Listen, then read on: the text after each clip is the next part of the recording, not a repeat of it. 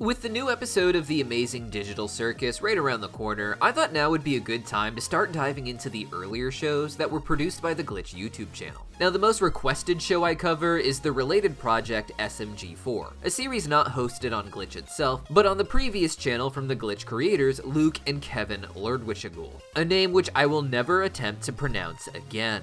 However, SMG4 is a long-running series with many spin-offs, so instead I thought I'd try Sunset Paradise, one of Glitch's earliest shows, separating itself from the channel that hosted SMG4. This is a 10-episode miniseries that has a standalone and self-contained story, but I was surprised to learn it's actually a spin-off of SMG4, and was one of the attempts of Luke and Kevin to get into more original programming. You see, SMG4 isn't an indie animated series like we imagine today, but was more so a machinima parody series that was so successful that they realized they could start producing more original stories in the same world. This is similar to what happened with Rooster Teeth, who started out doing projects dubbing edits of Halo games to create an animated series with a full multi-season story, legally a parody called Red vs. Blue. SMG4 was a similar thing, but instead of Halo, SMG4 takes place in a parody world of Mario, with a lot of real Mario characters interacting with the more unique cast. Now, for Sunset Paradise, the goal was to take an SMG4 side character that was much beloved, one who originally appeared just as a squid-like creature called an Inkling, ripped from another Nintendo franchise called Splatoon, before later being turned into a human girl, and then eventually leaving the main SMG4 storyline for their own show.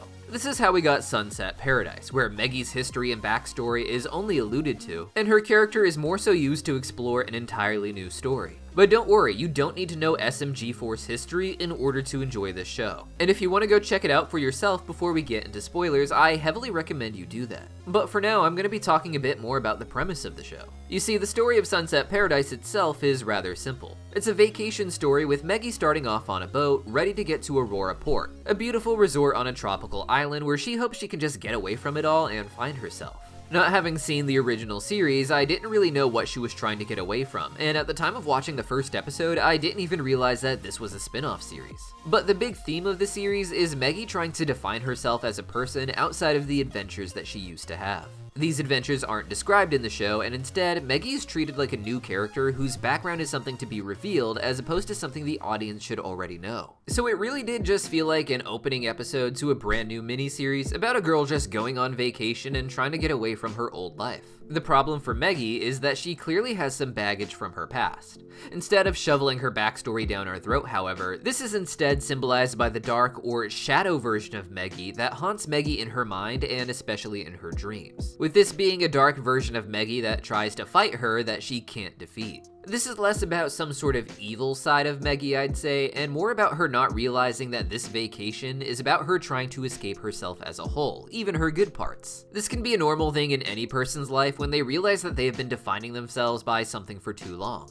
For Meggy, this is just her adventures that she had in the previous series, things we don't really know about but can infer from her naturally adventurous attitude. She's taking this vacation to try and find a new version of herself, to see if maybe there is a version of her she was always meant to be. So to switch things up, she starts with not just traveling, but going to a resort in particular because she's used to adventures that feel a lot more like work than just relaxing. Her previous life was fun, of course, but she had dedicated her time to these contests within the SMG4 world and wanted to try and do something else. When she makes it to the island, she also begins to switch up her style, changing her clothes with new items that feel right to her and get her into the vacation island aesthetic. This plan to relax is thrown into chaos, however, when Meggy gets robbed and she has to work to get back what was stolen from her, a camera. This robbery is part of a recent strange crime wave that has been coming to Aurora Port, and so Meggy finds herself getting sucked into solving this mystery and then being treated like a fellow officer by a deputy of Port Aurora, a little dude named Ori. Together, they get Meggy's camera back, and Meggy helps Ori with different cases while trying to figure out why such a big crime wave has suddenly come to this vacation destination.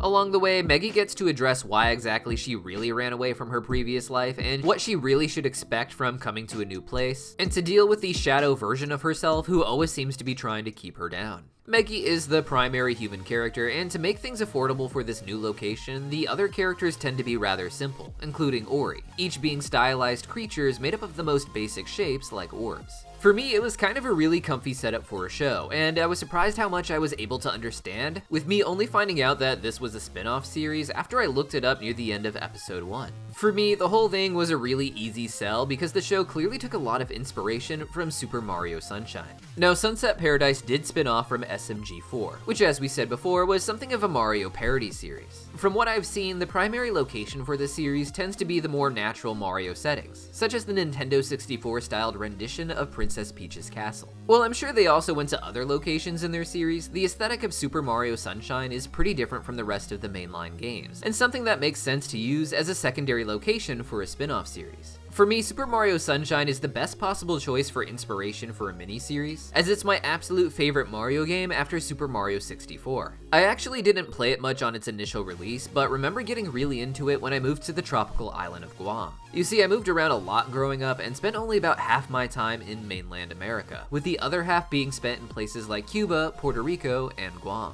For me, islands are the best place in the world, and if I weren't living in Los Angeles, I see myself returning to one of these islands I enjoyed in my youth. Even Los Angeles feels really cold to me in the winter, whereas on the islands you get pretty warm weather all year round, even at night because of all the humidity. I honestly really loved it, especially Guam, and it made me feel really lucky to have a drive by the beach as the sun rose each morning on my bus ride to school. So when I picked up Super Mario Sunshine shortly after moving there, it was the perfect vibe. Typically, I enjoy Mario games for their early green foresty levels before they switch around to deserty and other themes that I find much less visually appealing, but Super Mario Sunshine just had the most welcoming open world locations to explore. While I loved exploring Peach's castle in Mario 64, Super Mario Sunshine had an entirely new location called Delfino Plaza, a clear inspiration for Aurora Port. It seems likely that early in Sunset Paradise's development, it was originally going to use the actual assets from Super Mario Sunshine, just as the other earlier SMG4 stories made use of the characters and levels from other Mario and Nintendo games. Meggy herself wasn't even a Mario character but from Splatoon, but as they decided to get into more original programming, it would make sense to try and rebuild this same aesthetic but with original assets. Even Meggy's shadow self appears to be inspired by the dark version of Mario that appears in Super Mario Sunshine, whose darker theme is just because he's actually a disguise made of ink.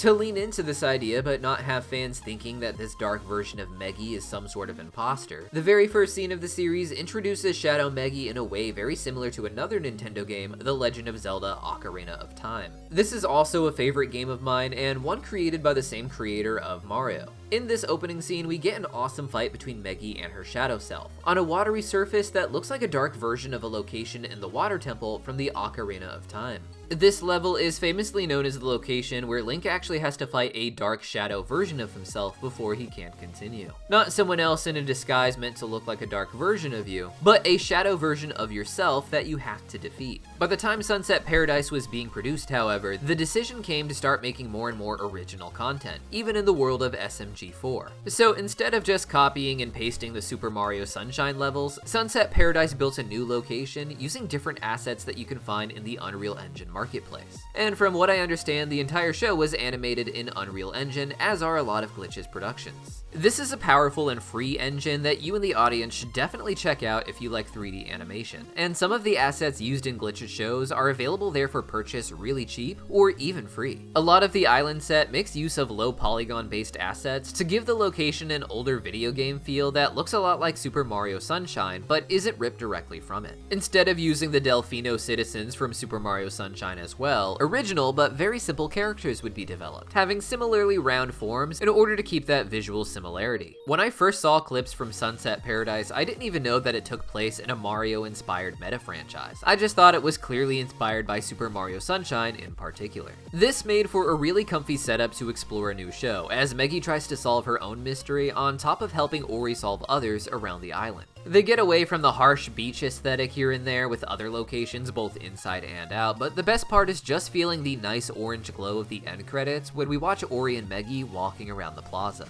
One extra beautiful element they also gave the show to distinguish it from Super Mario Sunshine, however, is the aurora in the sky around the island, hence the name Aurora Port. This adds an extra element to the show with beauty that can only be really seen at night, allowing for contrast between orange days and blue nights with a special aurora in the sky. All of this led to Sunset Paradise being a surprisingly nostalgic experience for me to binge watch in one sitting, tapping into my memories of games and places I lived as a kid that I really enjoyed, and you could just feel the creator's love for the original games shining through this entirely unique story. It really makes me think of a way a lot of kids, such as myself, would play this game but only use it as a visual set to create your own stories in. This was a fun way to play imaginatively as a child, and it's the kind of mindset that actually led to Machinima itself being a thing, with people bringing the stories they like to play in these games to life using YouTube videos. And it's honestly inspiring to see an indie production crew twist the original source material into something completely unrelated yet beautifully tied to it. However, one thing that surprised me was how light the story was, all things considered, compared to Glitch's later stuff. SMG4, from what I understand, is a bit more comedy-oriented than the indie Glitch shows, which tend to take on production for the ideas of other talented creators across the web for more self-contained stories, which are often more serious. While Sunset Paradise is self-contained technically, it comes off more as a filler story as part of a larger series like it was meant to, even if you can watch it without seeing the rest. With there not just being an entire world that this character spun off from, but also one that she has to return to at the end of Sunset Paradise, there's only so epic that this show could get without interfering with the plot of SMG4. But I've only seen bits and pieces of SMG4, so maybe I'm a bit wrong about that. I just mean to say that Sunset Paradise feels more like a series of mellow episodes you'd get in a longer running series, instead of the more epic escalating plot you'd get in a smaller miniseries. And I think that's why they didn't make more SMG4 spin-offs in this way for the Glitch channel, but it was still a very interesting show. Now, the overarching story for Meggy is something I find extremely interesting despite not knowing her legitimate backstory. They set her up with a really good arc for a miniseries that, regardless of history, is about a girl who wants to find herself but doesn't realize she's already been found. When Meggy first arrives at the island, she wants to relax, but she has to get her camera back, as we said. And the deputy Ori keeps referring to her as his new partner despite her insistence that she just wants to relax. Over the course of the first few episodes, Meggy gets invested in helping Ori while solving the mystery of her missing camera, and when she gets it back, she actually agrees to keep helping Ori solve more mysteries. The way she explains it is she got away from her home to have fun, but solving mysteries and the adventurous antics that come with that is fun for her. So even though she was trying to escape the kind of work she did before, the point of the story is that it doesn't really matter what kind of work she does or where she does it or who she does it with. What Meggy loves is a good adventure. That's who she is. Getting her camera back was actually an interesting symbol of this development, as Meggy lost the camera as soon as she got to the island, as soon as she got to the place where she was trying to lose her old self. Ori explains that he could have given Meggy a new camera if that's all she needed, but what she really wanted was the memories on the camera. It's here that we see a fun image of her with her group of friends on the camera. People we don't know if we are new to the series, but characters all recognizable to SMG4 fanatics. So if you had watched the stories leading up to this, you had even more of an idea of the emotional weight behind losing a photo of friends when trying to reinvent yourself. But as someone who's never really seen SMG4 before, the moment actually landed pretty strong. Assuming you don't get distracted by the fact that Mario is also in this folder with his face covered up. The ultimate point of her story thus far was that Meggy was never defining herself by her previous adventures, but rather she's the adventurer. She can try running away from this, even with just the intention of finding out what other versions of herself might exist, but her subconscious self knows that this is what she truly wants already. And that's okay, it doesn't mean she has to leave the vacation and go back to that life, but instead she can keep exploring this part of her in a new location. One that is just as fun as the old one, with a new friend who is just as worthy as her previous friends. It really emphasizes that she was who she was meant to be all along, and changing everything around her could never change who she is inside. Instead, changing everything around her only reveals the same patterns from before. With all this in mind, there's even a great scene at the end of the series where Meggy talks to her shadow self about all of this, with the shadow self now being friendly while acting one step ahead of Meggy still, as if she's still the subconscious of Meggy and knows more about Meggy than Meggy does. But for now, the shadow self is content that Meggy has properly integrated with her darker side, understanding what the shadow understands. Now, this may be the part of the video where it gets a little controversial to longtime SMG4 fans, and with that in mind, I ask you to please remember that this is my first real look into the entire world of SMG4, and it can take time to acquire the taste for certain charms inherent to such a specific story. So with that out of the way, outside of Meggy's arc and the beautiful scenery of the show, I found Sunset Plaza rather muted to say the least when it came to its other characters. Part of this is due, I think, to their extremely simple design, with lots of the characters taking on generically round shapes and generically generically roundish backstories, like the characters who are called the Spud Buds because they're just potatoes.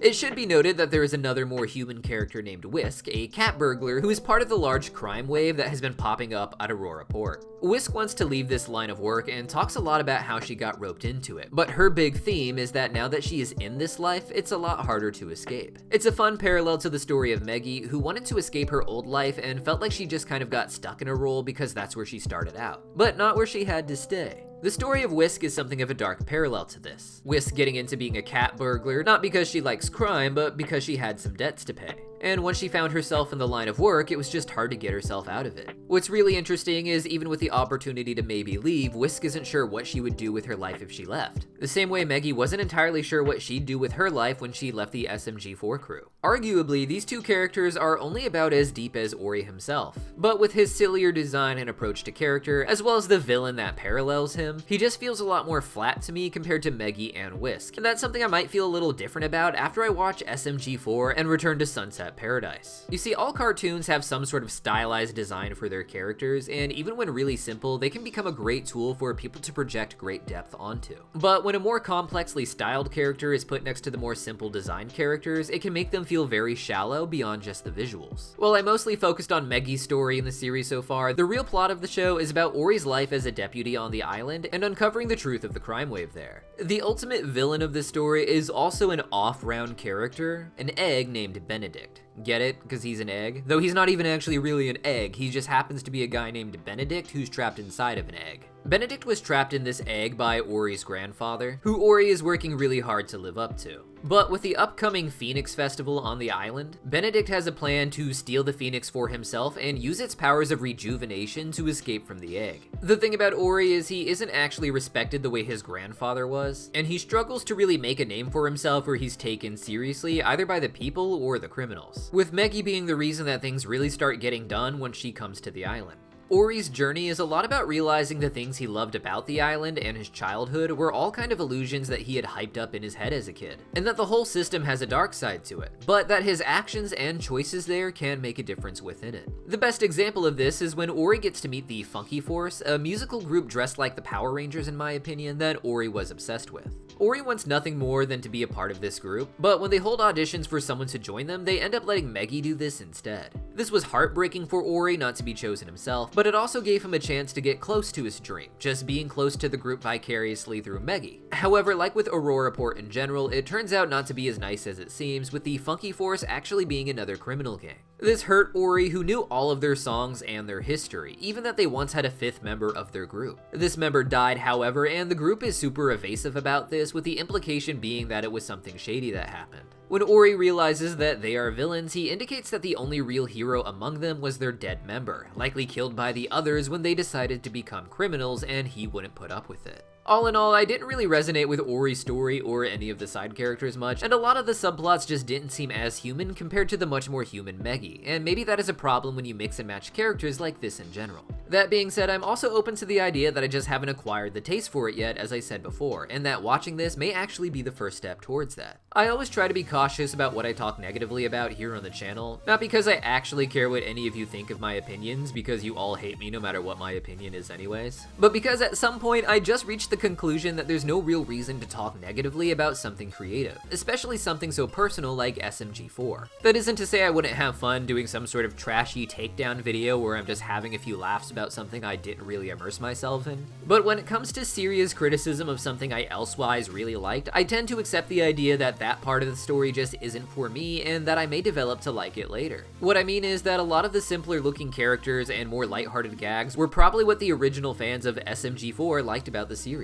A lot of the discourse I've seen online seems to point to the SMG4 fans in general having the mindset that the earlier content is better because of its bigger use of humor and gags as opposed to larger stories and arcs. So the parts of Sunset Paradise that I didn't find particularly strong might be what makes the series as a whole so amazing. And this kind of logic applies to a lot of indie web series, I think. It's the reason that a lot of them benefit from large gaps between episodes instead of a weekly release. We see this with the later glitch shows like Digital Circus, where each and every episode is like a massive event where you're waiting months for it, and it generally feels very worth the wait. It's only once you get the formula of the show in your mind that you can really begin to appreciate how it's used by its creators, how they find new ways to bring funny ideas to their story. The thing about the formula is that these kind of ridiculous characters and ideas can become stronger because of how they play with the formula ever so slightly, something that becomes more and more enjoyable with the more content that you consume beforehand. It makes me really excited to see how much of SMG4 I like when I finally get to it, as there are other shows like Steven Universe that I learned to really go back and enjoy the filler of once I had all those big adventure episodes to satiate me. But what do you guys think? This is my first time going back into Glitch's catalog to watch a full show, but it's made me really excited for SMG4 like I keep saying. I knew that the series was rooted in Mario, but I never knew what to expect until Sunset Paradise, and it kind of feels like there's suddenly this meta-canon Mario show that exists with even greater video game lore attached to it, like Splatoon and apparently Animal Crossing. Honestly, it all seems really interesting, but let me know your thoughts in the comments down below, and I'll see you guys next time.